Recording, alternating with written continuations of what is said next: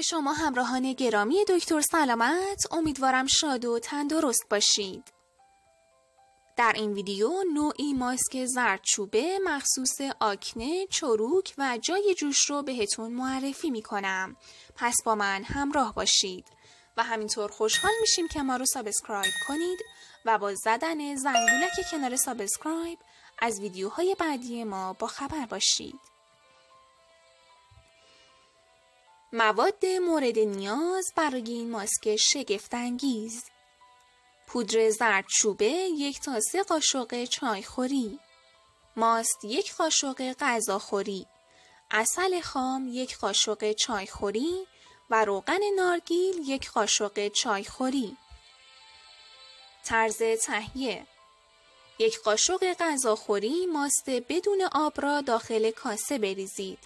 سپس عسل را به آن اضافه کنید و بعد روغن نارگیل را به کاسه بیفزایید. در نهایت زمان اضافه کردن زردچوبه فرا رسیده. همه مواد را با هم مخلوط کنید.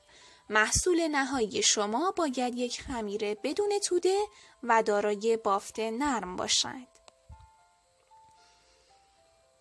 طرز استفاده: در ابتدا صورت را عمیقاً بشویید و به آرامی خشک کنید.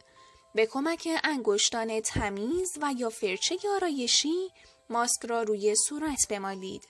اجازه دهید ماسک به مدت 15 دقیقه روی پوست بماند. در آخر آن را با آب ولرم بشویید.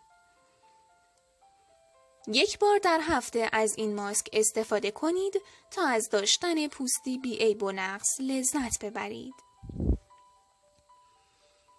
نکات تکمیلی: برای جدا کردن آب ماست را داخل پارچه کتان بریزید و برای 3 تا 4 ساعت بالای یک کاسه آویزان کنید. این ماست بافت غلیظ‌تری دارد. همیشه قبل از تماس دست با صورت دستهایتان را بشویید. در برابر وسوسه فشار دادن آکنه مقاومت کنید.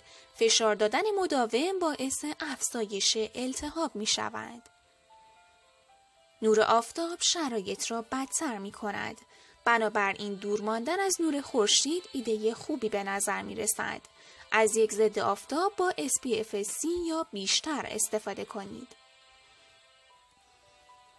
رژیم غذایی سالم داشته باشید و برای داشتن پوستی سالم به میزان کافی آب بنوشید. زیاد آرایش نکنید و هرگز قبل از پاک کردن آرایش به رخت خواب نروید.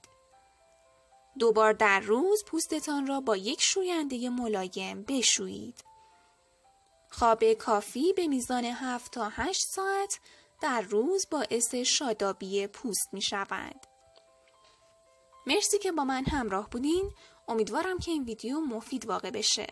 دوستتون دارم و تا ویدیو بعد خدا نگهدار.